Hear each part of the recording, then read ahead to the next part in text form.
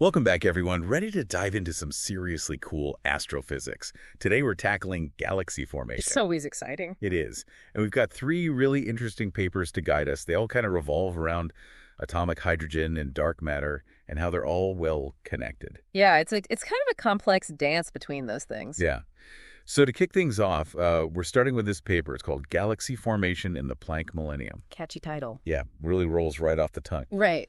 But I think it's the Planck Millennium simulation itself that's really impressive. Oh, absolutely. We're talking simulating a huge chunk of the universe, Yeah. like 128 billion particles representing matter, all interacting according to, the laws of physics, in this enormous cube of space, 2.6 billion light years across. Wow. Okay, that's a truly mind-boggling scale.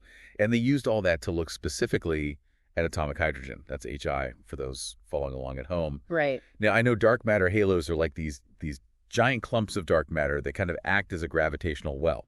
Yeah, they're like the scaffolding for galaxies to form around. Right. So how does atomic hydrogen fit into all of this? I mean, is it just like the more mass of the halo, the more hydrogen it can hold on Well, to? you'd think so, right? More gravity, more stuff it can pull in. But turns out it's a little more complicated. Of course it is. The researchers actually found what they call a break in this relationship. At a certain halo mass, about 3 times 10 to the 11 solar masses, things change. So bigger halos, but not necessarily proportionally more hydrogen. What's going on there? Well, they think active galactic nuclei, or AGNs, are the key here. AGNs, those are the supermassive black holes at the centers of galaxies, right? Exactly. And they blast out huge amounts of radiation. This radiation heats up the surrounding gas and basically prevents it from cooling and condensing into more atomic hydrogen. So it's like a cosmic tug of war. Gravity pulling in the hydrogen, radiation pushing it away. Yeah, it's a delicate balance. Yeah. And the cool thing is this break, this relationship between HI mass and halo mass, it doesn't just exist now. They see it way back in time, too, like Yeah. even at a redshift of 3. Redshift 3, we're talking billions of years in the past, right? Exactly. So this isn't some recent phenomenon. This relationship has been stable for an incredibly long time, which tells us something pretty fundamental about how galaxies form. That's really amazing. But, I mean, galaxy formations is such a complex process. How can we be sure that these simulations are actually capturing all the nuance?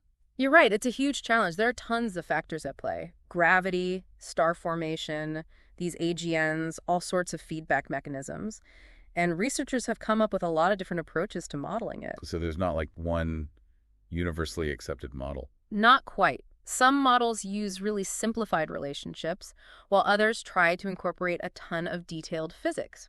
The model used in this paper, for example, it's called Gaussian form. Gale form. Okay. And how do they actually build these models? I mean, are they essentially just tweaking things until they get results that match observations? Well, yeah, calibration is a big part of it. For this particular study, they adjusted parameters related to all sorts of things. Supernova feedback, AGN feedback, how stars form, even how gas gets heated by radiation. So it's a constant process of refinement. Absolutely. And it's interesting.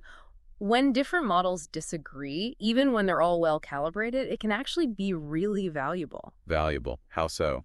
Well, if they're making different predictions, it highlights areas where we need to improve our understanding, where more research is needed. It kind of points us in the right direction. That's a really cool way to look at it. Yeah. So we've got this broad picture of galaxy formation from the Planck Millennium simulation.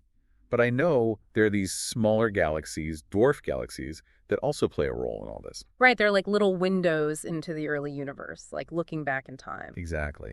So how can we use them to learn even more about dark matter? Well, that's where this other paper comes in. Dwarf stellar halos. It's all about their merger histories. Like what happens when these little galaxies collide with bigger ones. Oh, okay, so like galactic fender benders. Yeah, and they use simulations to study this, basically tracking all the stars and gas and dark matter as these galaxies interact. So it's like rewinding the clock, seeing how these mergers played out over billions of years. Exactly. And it turns out the type of dark matter you assume actually makes a big difference. Oh, really? So like cold dark matter versus warm dark matter. Right. They ran simulations with both and found that warm dark matter suppresses minor mergers. Minor mergers. That's when a small galaxy gets absorbed by a larger one, right? Yeah. So in a universe with warm dark matter, those smaller galaxies are more likely to survive. Interesting. But even besides dark matter, They found another factor that really affects these mergers. Yeah, the mass threshold for galaxy formation. Basically, how much mass you need to actually kickstart the whole process. Oh, right. Makes sense that would impact how many mergers happen. Yeah, and it has a huge impact on how much those minor mergers contribute to the growth of stellar halos. Stellar halos. Can you remind me what those are again? Sure. So you know how galaxies have that main disk of stars? The stellar halo is this big, faint sphere of stars that surrounds the whole thing. Ah, right, right. So are they saying that those halos are formed from the remnants of dwarf galaxies that got torn apart during mergers? Exactly, like a cosmic graveyard of sorts, all those stars scattered around. Wow, that's kind of poetic. So these mergers, they don't just destroy galaxies, they create new structures. Yep. It's this whole cycle of creation and destruction. And this paper really highlights how that process depends on, well, a lot of things, like what kind of dark matter we have and that mass threshold. Yeah, it's really complicated. But they found something else that I thought was really cool. What's that? They found that certain merger ratios, like when a galaxy about 5 times smaller merges with a larger one, those seem to be really good at building up these distant stellar halos. Ah, yes, those intermediate mergers. Seems like a sweet spot in terms of how those stars get distributed. Yeah. It's like the smaller galaxy is big enough to contribute a lot of stars, but not so big that they all get pulled in too close to the center. Exactly. It's all about finding that balance. And, to really understand these mergers in detail, we need to look at how researchers model them. It gets pretty complex. Okay, lead the way. I'm ready for the next level. Okay. Okay, so this new model for how dark matter is distributed, you said it goes beyond the usual NFW profile. Right. It's called, get this, mass-dependent dark matter halo profile. Mass-dependent. So the way dark matter is spread out depends on the mass of the galaxy. Yeah. But more specifically, it takes into account the influence of baryons, the regular matter like stars and gas. So the stuff we can actually see is affecting the dark matter even though we can't see it. Yeah, it's like the visible matter is shaping the invisible stuff. Mind-blowing. So how does that actually work? How do they incorporate that into the model? Well, they use this thing called the stellar to halo mass ratio. Basically, it tells you what percentage of a galaxy's mass is made up of stars versus dark matter. Oh, okay. So like a galaxy with more stars would have a different dark matter profile than a galaxy with fewer stars. Exactly. It's all connected. The more stars you have, the more they influence the distribution of the dark matter around them. It's crazy to think that all this visible matter is actually sculpting the dark matter. But this brings us back to those direct detection experiments, the ones trying to actually observe dark matter particles.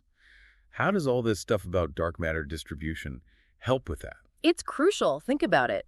If we know how dark matter is spread out in our own galaxy, especially near us, we can make better predictions about what those experiments should be looking for. So it's not just about building better detectors, it's about knowing where to point them. Exactly. And it's also about understanding the speeds of these dark matter particles, because the faster they're moving, the more energy they'll have, and that could make them easier to detect. Oh, so velocity matters too. Wasn't that what the NIAO project was looking at, the speed of dark matter? Yeah, they were running simulations to study that, and they found something really interesting. What's that?